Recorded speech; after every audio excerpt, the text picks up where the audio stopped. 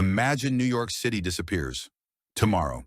No Wall Street, no stock market, no Times Square, no Broadway, 8 million people, just gone. What happens to America? The economy crashes immediately. Global trade stops. Ships have nowhere to go. The world loses its center. Sounds dramatic? It's not.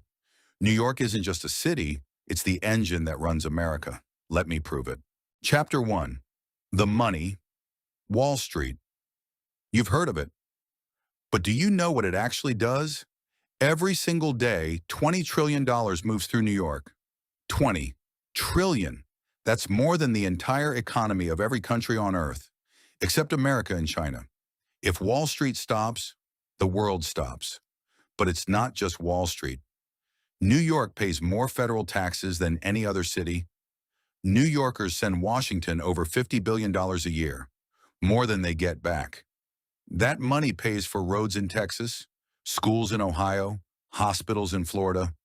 Without New York's money, those states are in trouble, and that's just taxes. Let's talk about jobs. New York has more than the entire country of Sweden. Finance, media, fashion, tech, all headquartered here. If these companies vanish, millions of jobs disappear. Not just in New York, everywhere. But wait, it gets worse. New York's economy alone is $1.8 trillion. If it were a country, it would be the 10th largest on Earth. Bigger than Canada, bigger than Russia. One city.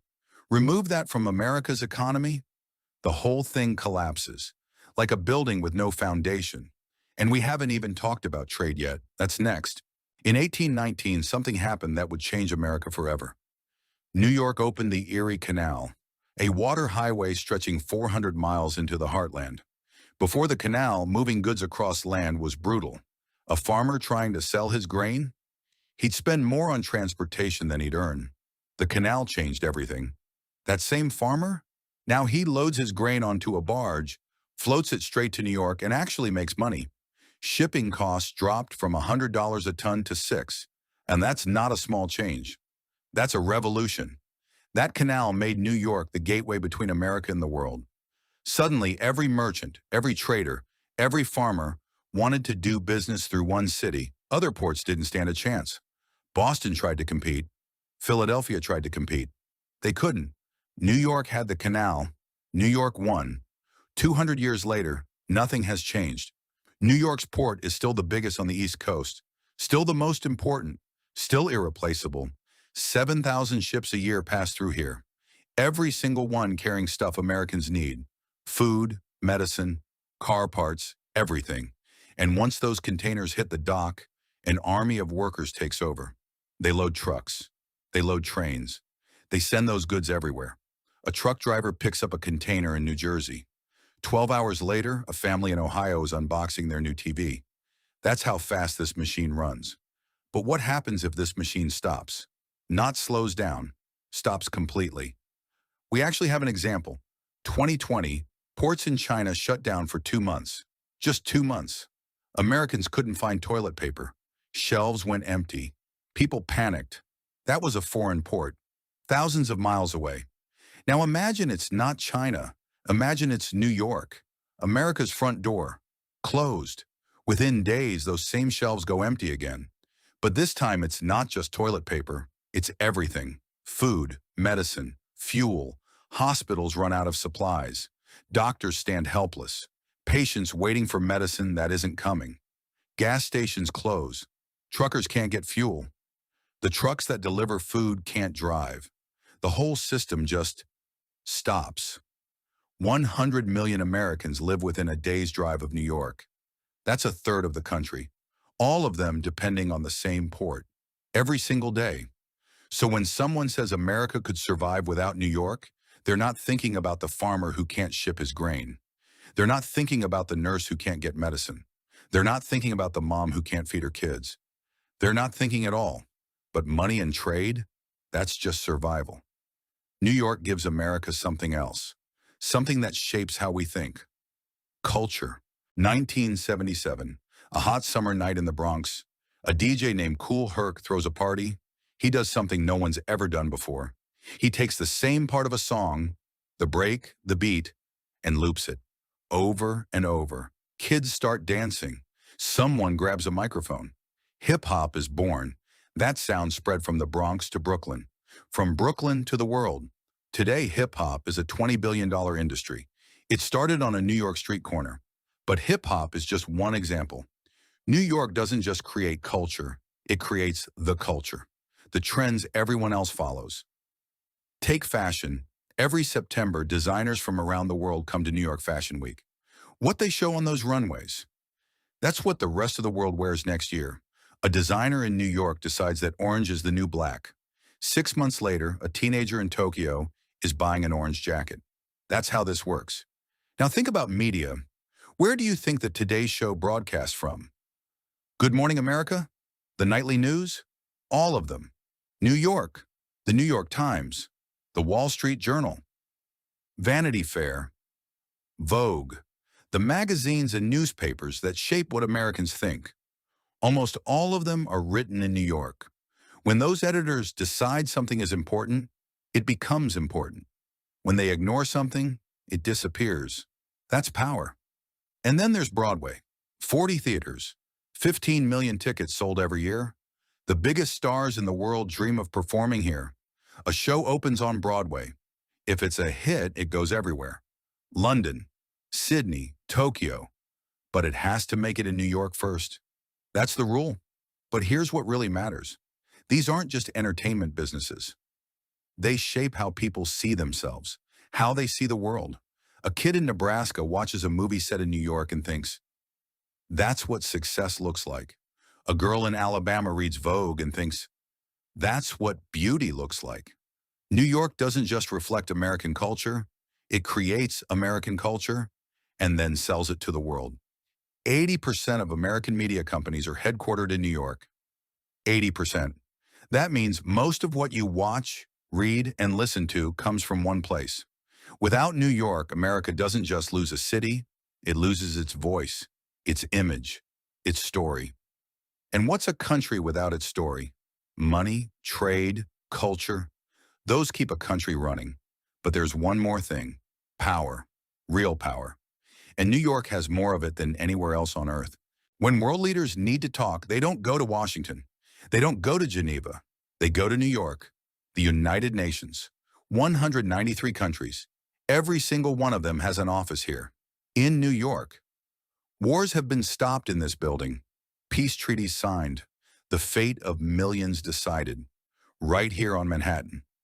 But it's not just the UN. New York is where deals get made, where money meets power meets influence. A CEO from London wants to expand to America. Where does she fly? A politician from Brazil needs funding. Where does he go? Washington makes the laws, but New York decides who gets to make them. Presidential campaigns are won and lost based on New York fundraisers. One dinner in Manhattan can raise more than a month in Iowa. And it's not just American politics. When there's a crisis anywhere in the world, the phone calls go through New York. Sanctions against Russia? Negotiated in New York? Iran nuclear deal? New York. Climate agreements? New York. Remove New York, and America loses its seat at the table.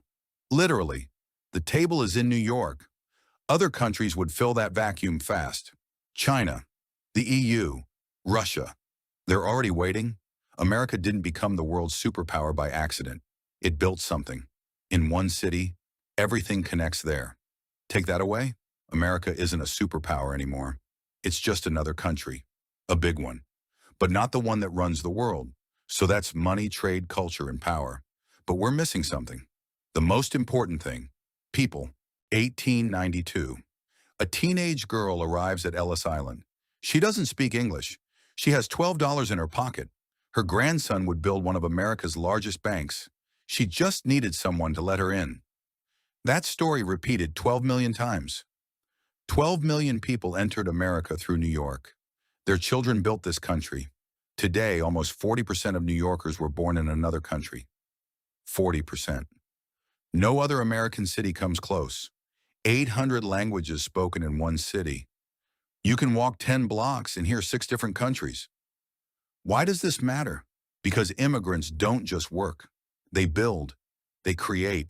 They start businesses. Half of all startups in America were founded by immigrants or their children. Half.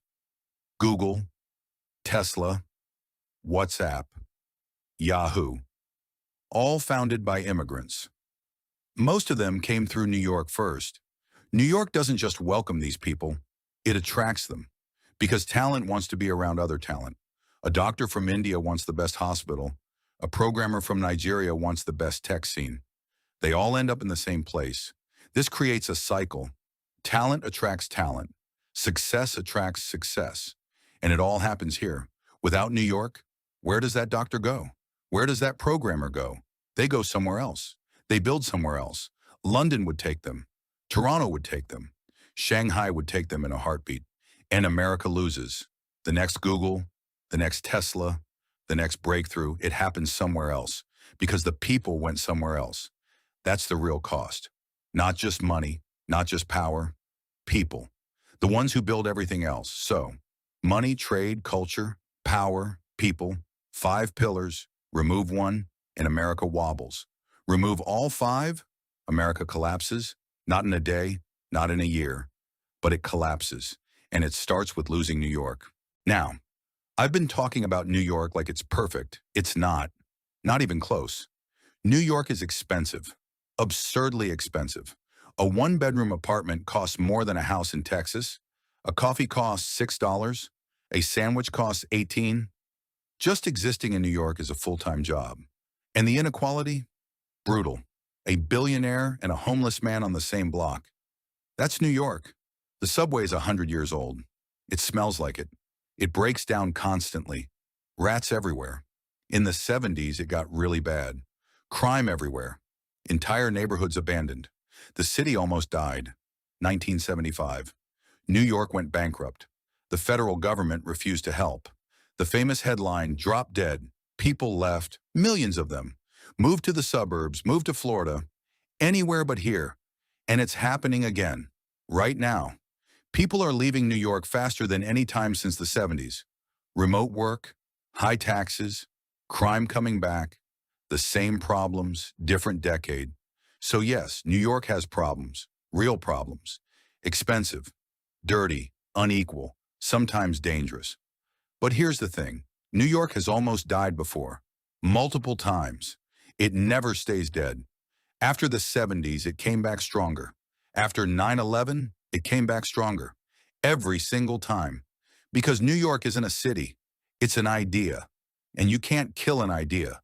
The idea that anyone can come here, build something, become someone. That idea is worth more than any building. So, would America collapse without New York? Let's finally answer that question.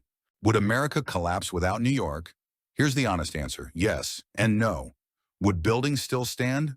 Sure. Would people still live here? Of course. America wouldn't vanish overnight, but that's not the question. The question is, would America still be America? Would it still be the place where anyone can make it? The place the whole world looks up to? Without New York, America loses its financial center. Other countries fill that gap within a decade. Without New York, America loses its voice.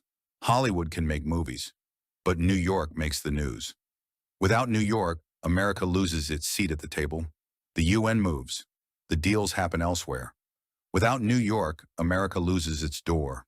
The immigrants go somewhere else. Their children build somewhere else. America would survive, but it wouldn't lead. It would follow. And that's a different country. Is that collapse? Maybe not. But it's the end of something. Something that took 200 years to build. So the next time someone says New York doesn't matter, that it's just another city, show them this. New York isn't perfect. It's expensive, it's dirty, it's loud, but it's irreplaceable. Because there's only one place on earth where all of it comes together. Money, trade, culture, power, people, one city, 8 million people, and the entire country depending on it, whether they know it or not. Would America collapse without New York? Now you know the answer. Thanks for watching. If you learned something, subscribe. I'll see you in the next one.